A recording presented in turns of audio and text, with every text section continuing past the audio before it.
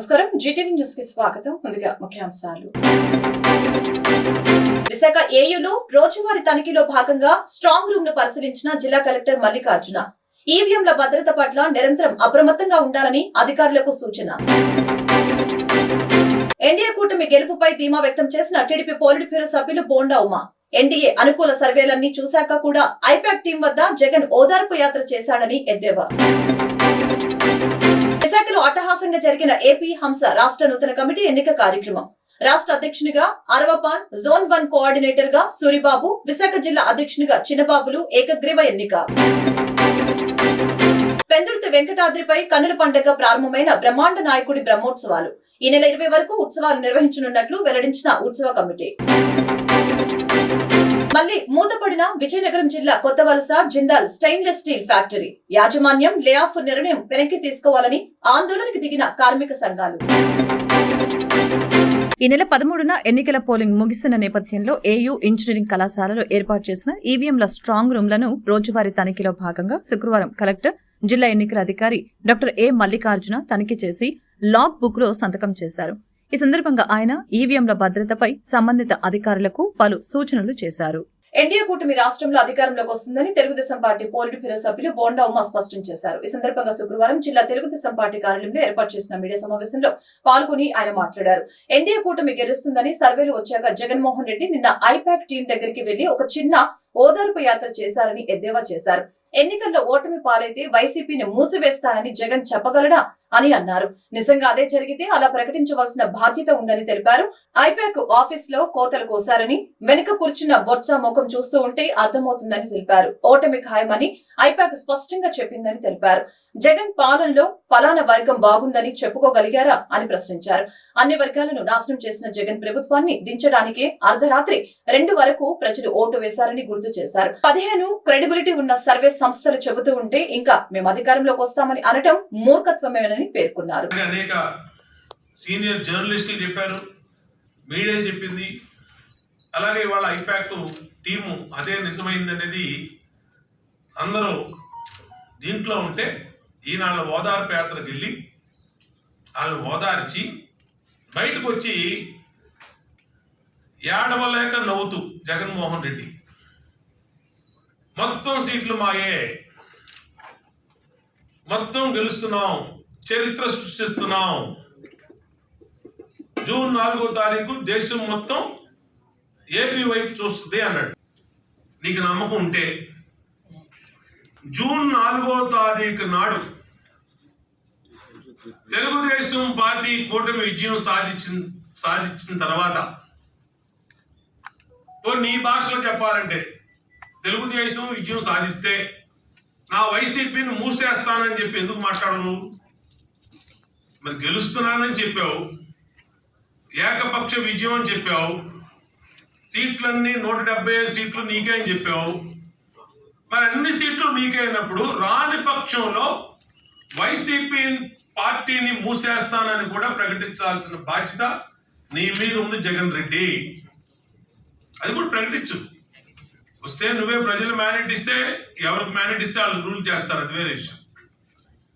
175 సీట్లు నీదే అంటున్నావు, చరిత్ర సృష్టిస్తున్నావు అంటున్నావు, తిరగరాస్తున్నావు అంటున్నావు, ఏదేదో పెద్ద పెద్ద కోతలన్నీ కోసావు నేను ఐపాక్ ఆఫీస్లో. నువ్వు కోసిన కోతలకి నీ వెనకాల బొత్స సత్యనారాయణ ఉన్నాడు, ఒకసారి ఫోటో చూడు, ఏడుపు మొహం వేసుకున్నాడు బొత్స సత్యనారాయణ. అట్లాగే పెద్దిరెడ్డి రామచంద్రారెడ్డి. మొత్తం అయిపోయింది, ఇంకా 4 రోజుల్లో మొత్తం మనకి మన అటెండర్ కూడా సెల్యూట్ కొట్టడాన్ని ఒక నిర్ణయానికి వచ్చేసిన ఫేసులు నీ వెనకాల కనపడుతున్నాయి. నీకు ఐపాక్ ఆఫీస్ లోపల చెప్పింది కూడా అదే చెప్పారు. లోపల ఓటమి ఖాయం వైసీపీకి.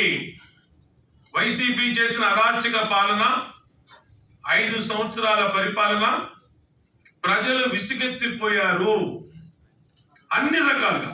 ఒక రకం కాదు, ఈ వర్గం బాగుంది జగన్మోహన్ రెడ్డి పరిపాలనని చెప్పే ధైర్యం వైసీపీకి ఉందా?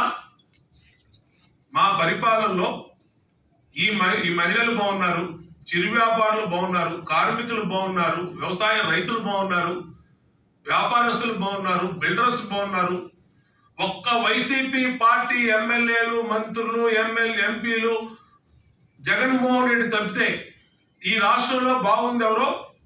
Andhra Pradesh health administration medical service association AP హంస రాష్ట్ర నూతన అధ్యక్షునిగా అరవపాల్ ఏకగ్రీవంగా ఎన్నికయ్యారు. ఈ సందర్భంగా విశాఖ శివాజీ పార్క్ లో ఏర్పాటు చేసిన సర్వసభ్య సమావేశంలో నూతన కమిటీ రాష్ట్ర అధ్యక్షులు అరవపాల్ తో పాటు జోన్ 1 కోఆర్డినేటర్ గా D Suribabu, Visakhapatnam district president గా చిన్నబాబు, డిస్ట్రిక్ట్ సెక్రటరీగా బాబీ, డిస్ట్రిక్ట్ ట్రెజరర్ గా శ్రీనాథ్ను, విశాఖ సిటీ అధ్యక్ష కార్యదర్శులుగా పివి సత్యనారాయణ, గోపి, కోశాధికారిగా డి వెంకటేష్ ను సభ్యులు ఏకగ్రీవంగా ఎన్నుకున్నారు. ఈ సందర్భంగా ఎన్నికైన నూతన కమిటీ సభ్యులను అసోసియేషన్ సభ్యులు పూలమాలలు, దుస్సాల్వతో సత్కరించారు. అనంతరం అరవపాల్, సూరిబాబు, చిన్నబాబు మాట్లాడారు. సభ్యుల సంక్షేమమే ప్రధాన ఎజెండాగా తన కమిటీ ముందుకు సాగుతుందని తెలిపారు. వృత్తిరీత్యా చిన్న పెద్ద తారతమ్యం లేకుండా అందరికీ సమ ప్రాధాన్యతను ఇస్తూ అందరికీ అందుబాటులో ఉంటామని స్పష్టం చేశారు.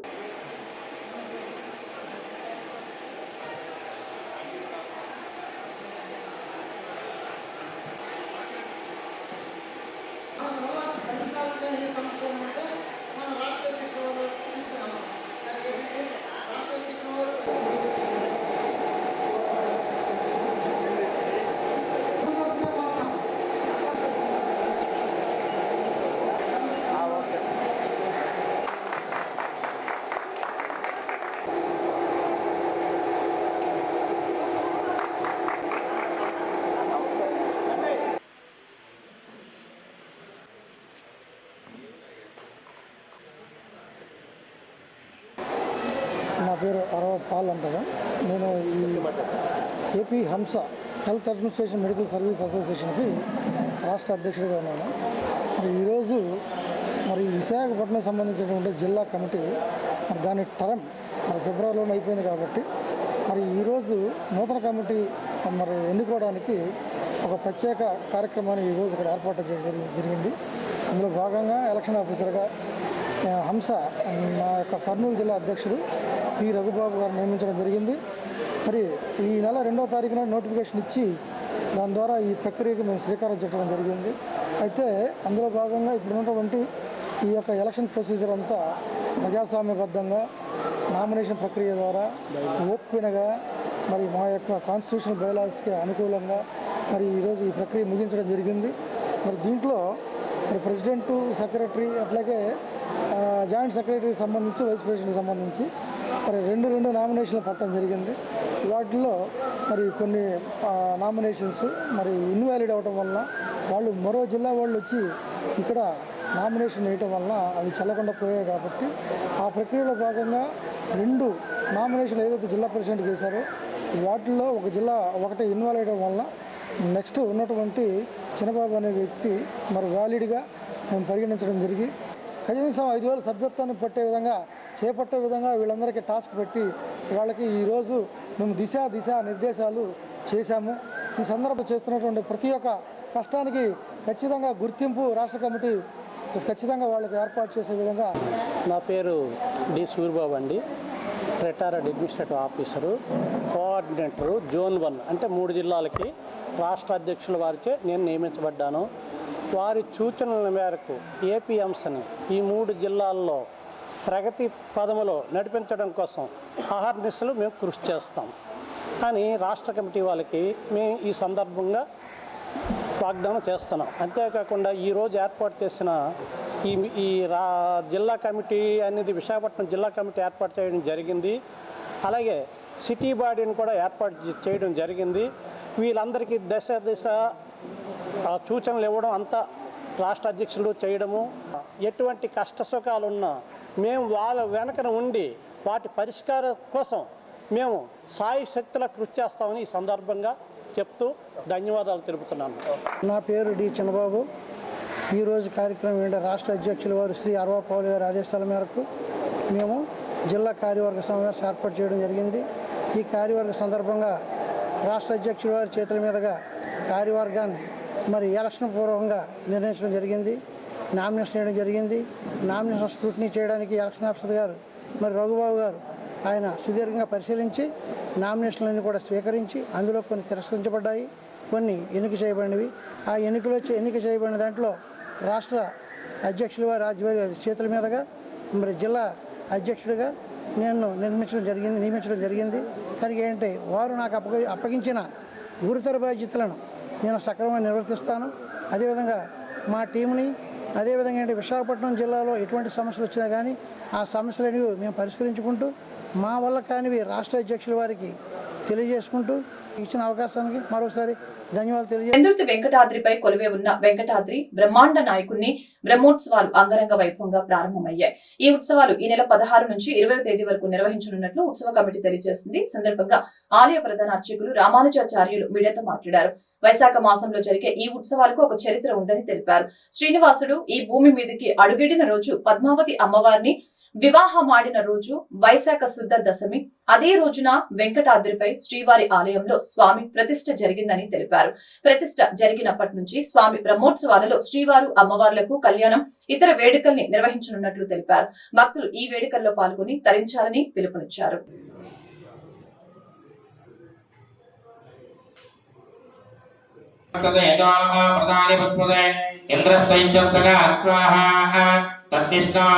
परमं पदकं सदा वक्ष्यन्ति सूरयः दिवे अग्नेर्भगवतोश्च भगवान् ऋतिः उदासनो देवता सकलजपहोमार्थे फलामृतिस्पन्दः मूलमन्त्रेण मूर्तिमन्त्रेण गरुडमन्त्रेण अष्टोत्तरशतं मुद्रा सम्पाद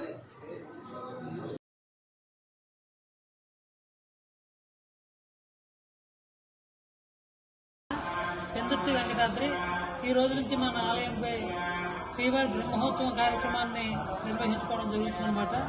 వైశాఖ మాసంలో దశమి పర్వదినాన్ని శ్రీవారి ఇక్కడ ప్రతిష్టా కార్యక్రమం జరిగింది. 1997 సంవత్సరంలో వైశాఖ మాసంలో దశమి రోజుని శ్రీ శ్రీ శ్రీ జగన్ శ్రీమన్నారాయణ రామానుజ చిన్నదేశ్వర చేతి మీదుగా శ్రీవారి ఆలయాన్ని ప్రతిష్ఠ చేసుకోవడం జరిగింది. అది మొదలుకొని ప్రతి సంవత్సరం కూడా వైశాఖ మాసంలో దశమి పర్వదినాన్ని శ్రీవారి బ్రహ్మోత్సవం కార్యక్రమాన్ని నిర్వహించుకుంటున్నాం.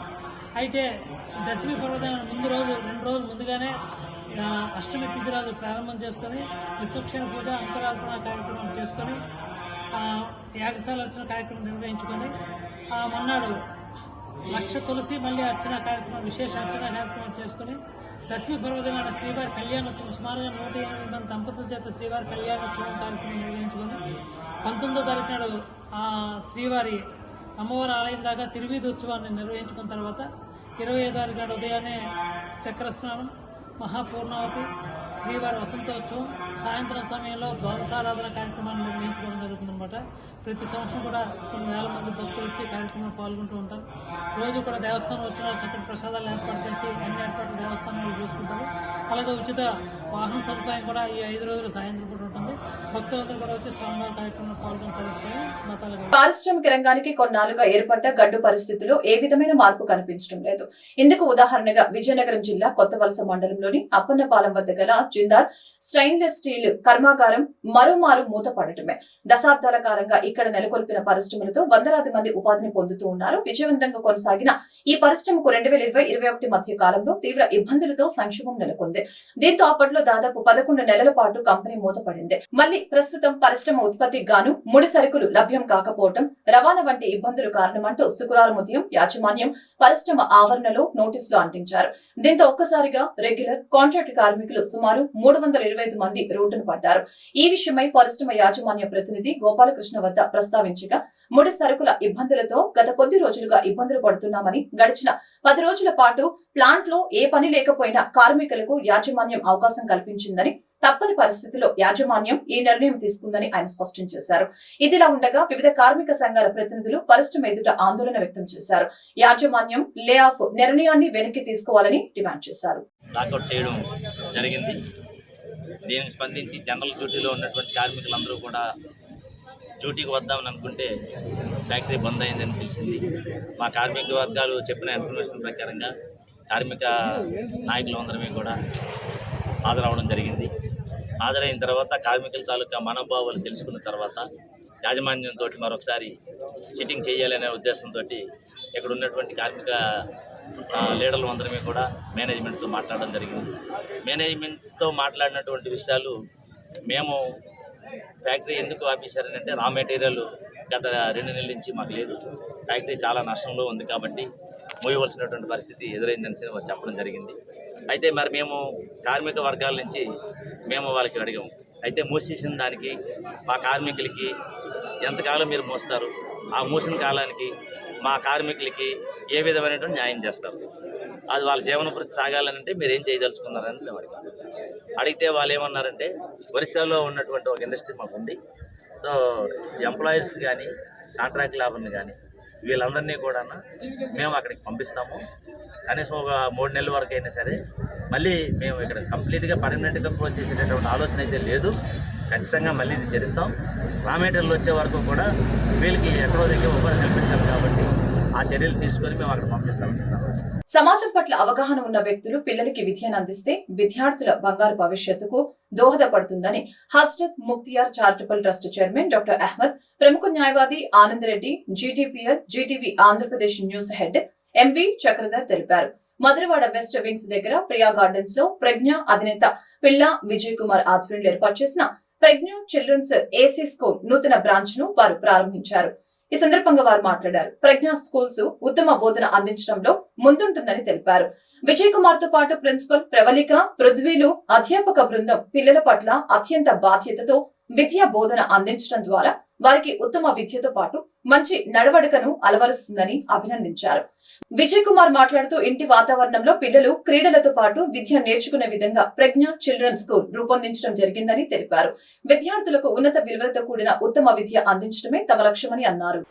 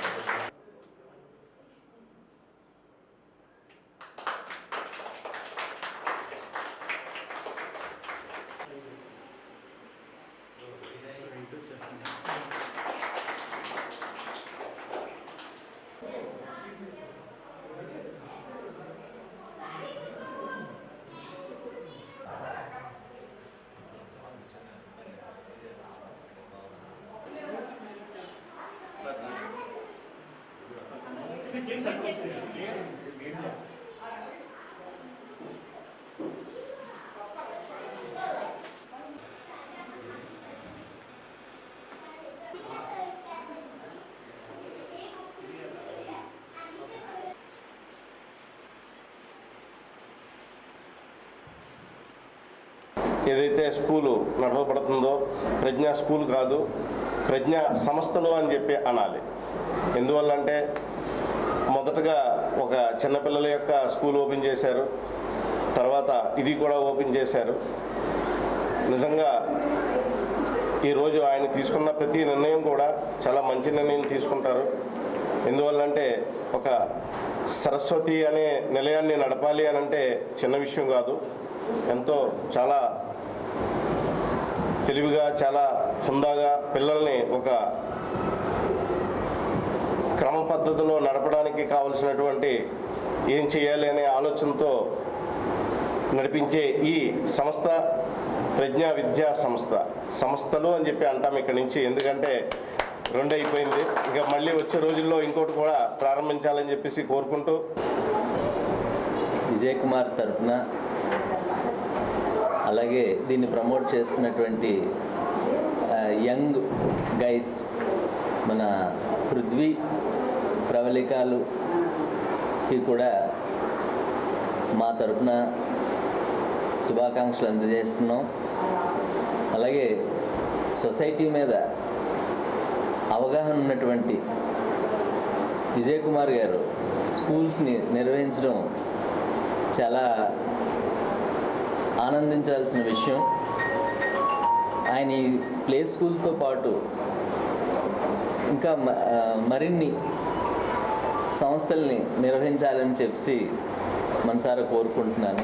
ఈరోజు ప్రజ్ఞ ప్లే స్కూల్ 2వ బ్రాంచ్ని ప్రారంభించాం. ఇది ఏసీ క్యాంపస్ బ్రాంచ్. అంటే ప్లే స్కూల్ మా కాన్సెప్ట్ అంటే ఇప్పుడు ఉన్న యాంత్రిక జీవితంలో తల్లిదండ్రులు ఇద్దరికీ ఉద్యోగాలతో వెళ్తుంటే పిల్లలు ఇబ్బంది పడుతున్నారు. అదేవిధంగా వాళ్ళకు కూడా ఈ బాల్యం చాలా అవసరం కాబట్టి వాళ్ళ బాల్యం తగ్గినట్టుగా మేము ఇది సొంత ఇంట్లో తయారు చేసి మా టీచర్స్ మేమందరం కూడా చక్కగా పిల్లలందరితో ఆడుతూ పాడుతూ వారికి విద్యను అందిస్తున్నాం. యువ క్రీడాకారులను ప్రోత్సహించేందుకు హౌస్ ఆఫ్ డాబర్ నుంచి ప్రముఖ ఇన్స్టెంట్ ఎనర్జీ డ్రింక్ అయిన డాబర్ గ్లూకోజ్ ప్రాముఖ్యత కలిగి ఉందని Dabur India limited marketing head health supplements Prashant Agarwal తెలిపారు. యువ క్రీడాకారులలో శక్తి మరియు సత్తువ యొక్క ప్రాముఖ్యత గురించి అవగాహన కల్పించడానికి పోర్ట్ స్టేడియంలో ఎన్రైజ్ ఇండియా అనే మెగా క్యాంపెయిన్ ప్రారంభించారు. ఈ సందర్భంగా డాబర్ ఈ అకాడమీలోని అగ్రశ్రేణి క్రీడాకారుని కూడా సత్కరించారు. క్రీడాకారిణి మెహరునిసా బేగం, జె భానుప్రకాష్. కార్యక్రమంలో డాబర్ ఇండియాకు చెందిన Dinesh Kumar, boxing award Dronachari award గ్రహీత ఐ వెంకటేశ్వర, ఉషా నాగిరెడ్డి, ధ్యాన్ చంద్ అవార్డు గ్రహీత ఇండియన్ రైల్వే ఎం దుర్గారావు, కోచ్ బాక్సింగ్ తదితరులు పాల్గొన్నారు.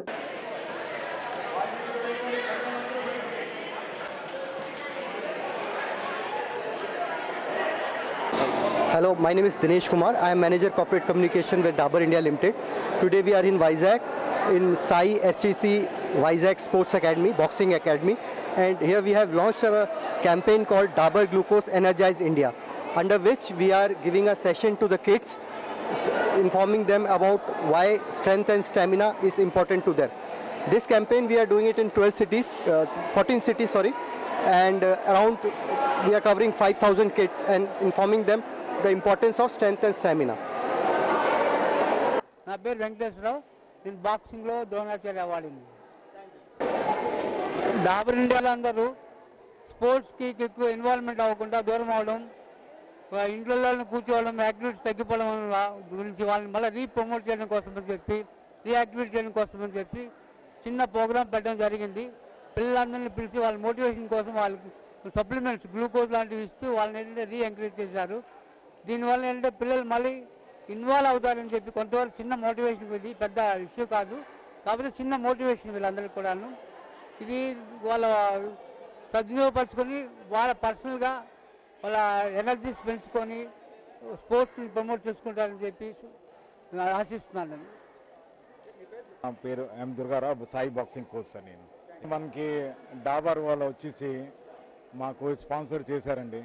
ఈ గ్లూకోజ్, జాయింట్ ప్రాసెస్లో ఇవన్నీ నేటేటివ్ హనీస్ అయి నేను దీంతో ఏంటి సార్ మాకు ఒక ఎస్టీసీకి మంచి మోటివేషన్ దొరుకుతుంది సార్.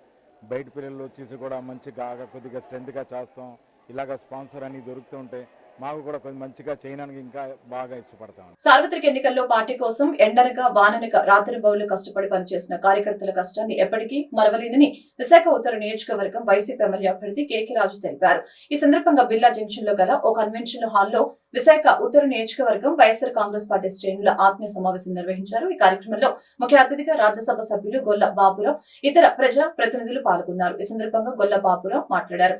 విశాఖ ఉత్తర నియోజకవర్గం నుంచి గత ఎన్నికల్లో పోటీ చేసి స్వల్ప ఓట్ల తేడాతో ఓటమి చెందిన ఎల్లప్పుడూ కార్యకర్తల మధ్యలో ఉంటూ వారి సమస్యల్ని తన సమస్యగా భావిస్తూ కేకే రాజు నిలిచారని అన్నారు. ఈ 5 ఏళ్లు ప్రజల మధ్య ఉంటూ వారి సమస్యల్ని పరిష్కరించడంలో కేకే రాజు సఫలీకృతుడయ్యారని తెలిపారు. గెలిచిన ఎమ్మెల్యేల కంటే ఎక్కువగా ఉత్తర నియోజకవర్గాన్ని అభివృద్ధి చేసిన వ్యక్తి కేకే రాజు అని కొనియాడారు. కేకే రాజు మాట్లాడుతూ అందరికీ కృతజ్ఞతలు తెలిపారు. వైఎస్ఆర్ పార్టీ నిజంగా ఇంత మహత్తరమైనటువంటి విజయం మీరు సాధించబోతున్నారు.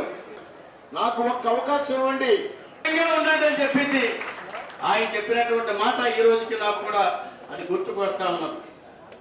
ఎందుకంటే నేను కళ్ళారా చూసినటువంటి పరిధిలో లక్ష్యమంతా జరుగుతుంది అనుకుంటున్నాను.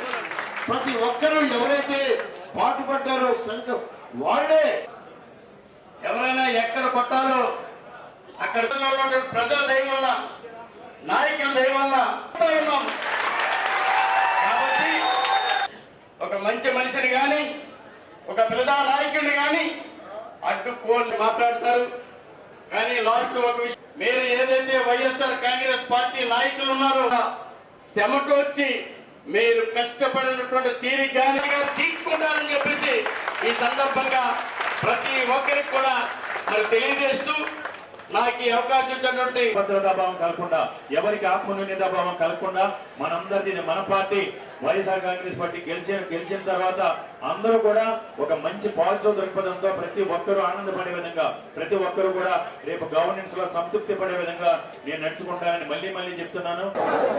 మే 13వ తారీఖున జరిగిన సార్వత్రిక ఎన్నికల్లో విశాఖ ఉత్తర నియోజకవర్గంలో జరిగినటువంటి నిజమైనటువంటి ఎలక్షన్ నిజంగా గౌరవ ముఖ్యమంత్రి శ్రీ జగన్మోహన్ రెడ్డి గారికి వారు చేసినటువంటి సంక్షేమం అభివృద్ధితో పాటు మరి గౌరవ వైఎస్ఆర్ పార్టీ అభ్యర్థి అయినటువంటి కేకే రాజు గారు పడినటువంటి కష్టం 5 సంవత్సరాలు ప్రతి గుమ్మం తట్టి ప్రతి వారికి కూడా అండగా కొండగా ఉండి మరి శ్రీ జగన్మోహన్ రెడ్డి గారి యొక్క సహాయ సహకారాలతో నిజంగా ఈ యొక్క నార్త్ కాన్స్టిట్యున్సీని ఇంత నిజమైనటువంటి ఆ యొక్క సానుకూలత, వారు చేసినటువంటి నిజమైనటువంటి కష్టం ఊరుకునే పోలేదు.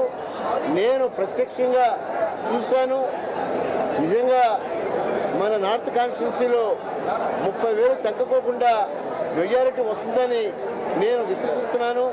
నేను ఒక విషయం మాత్రం నార్త్ కాన్స్టిట్యున్సీ నాయకులకి, ప్రజల్ని నేను చెప్పాలి. నార్త్ కాన్స్టిట్యున్సీ ప్రజలు విశ్వసనీయతకి, విశ్వాసానికి మారు పేరుగా నిజంగా రాజుగారు వెంటే ఉండి వారి కోసం శ్రమించినటువంటి తీరు నిజంగా రాష్ట్రంలో అభినందించవలసిన విషయం. విశాఖ ఉత్తర నియోజకవర్గంలో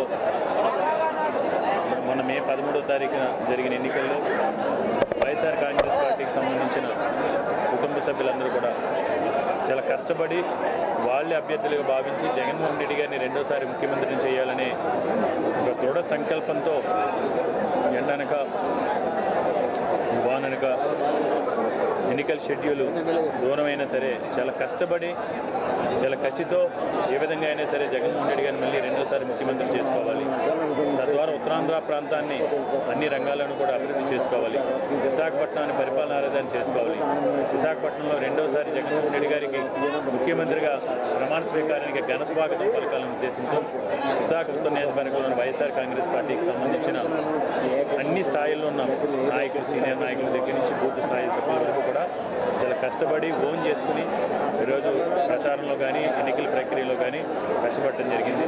వాళ్ళందరూ కూడా కలిసి ఈరోజు ఒక ఆత్మీయ సమావేశాన్ని ఏర్పాటు చేసుకుని గౌరవ ముఖ్యమంత్రి గారి ముఖ్యమంత్రిగా రెండోసారి విశాఖపట్నం ఘనస్వాగతం పలకాలని కాంక్షిస్తూ ఒక ఆత్మీయ సమావేశాన్ని ఏర్పాటు చేయడం జరిగింది.